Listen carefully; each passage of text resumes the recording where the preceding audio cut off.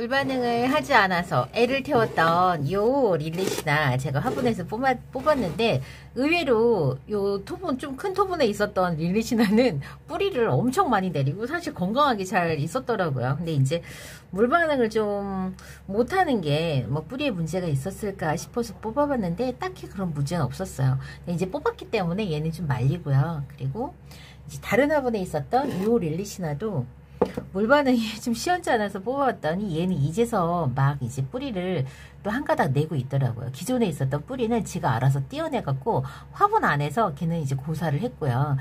지가 새로 내린 뿌리에서 이렇게 실뿌리가 이렇게 막 나오고 있는 상태였어요. 얘도 살짝 좀 말렸다가 제가 다시 좀 심어줄 건데 요 안에 실뿌리가 있어서 바로 심어야 되나? 좀 고민되네.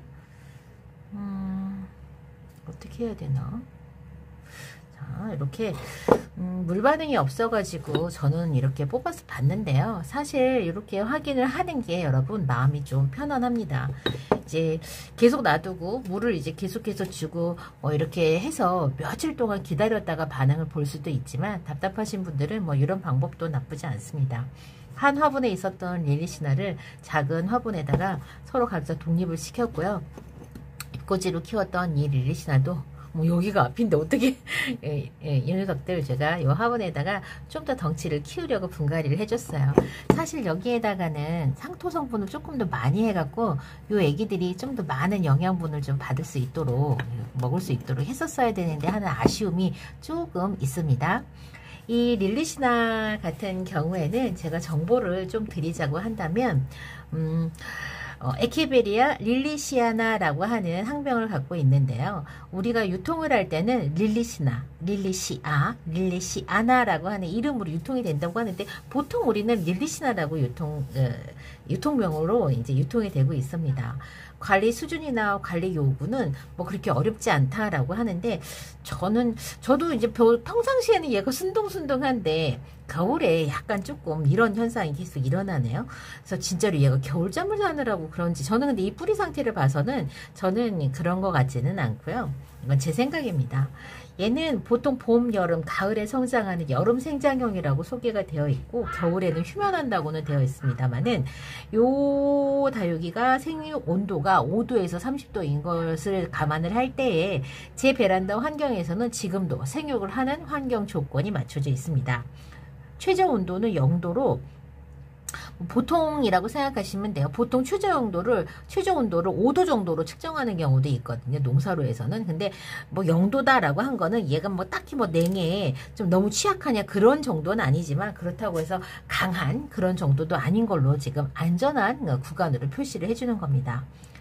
광 요구도는 햇빛과 통풍이 좋은 곳에서는 좋은 곳에서 길러야지만 요 아이의 본연의 그런 매력 있는 그 모습을 볼 수 있는데 햇볕을 많이 받을수록 잎은 더 두껍고 잎이 좀 더 통통해지고 그다음에 맑은 핑크빛으로 물이 들어갑니다.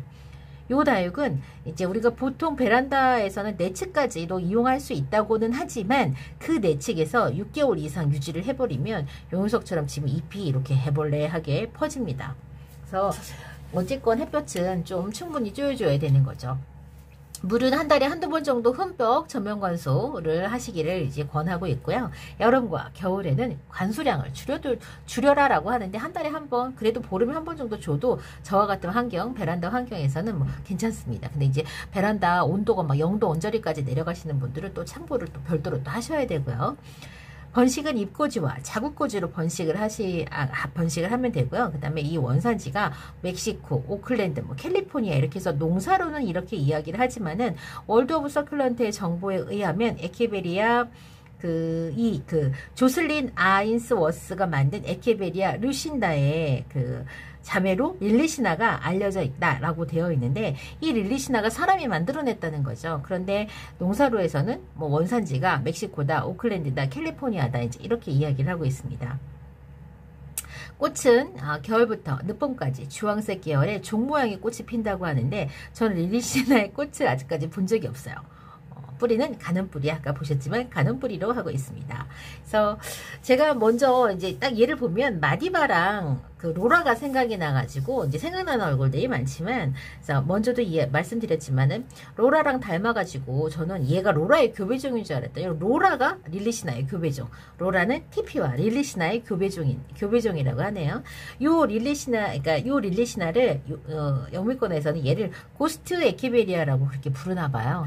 이 교배종으로는, 그러니까 요 릴리시나의 교배종으로는 에케베리아 릴락드림이라고 하는 요런 다육이가 있고요. 그 다음에 에케베리아 로라도 교배종이 요 릴리시나의 교배종이고, 에케베리아 문더스트도 요 아이의 교배종입니다.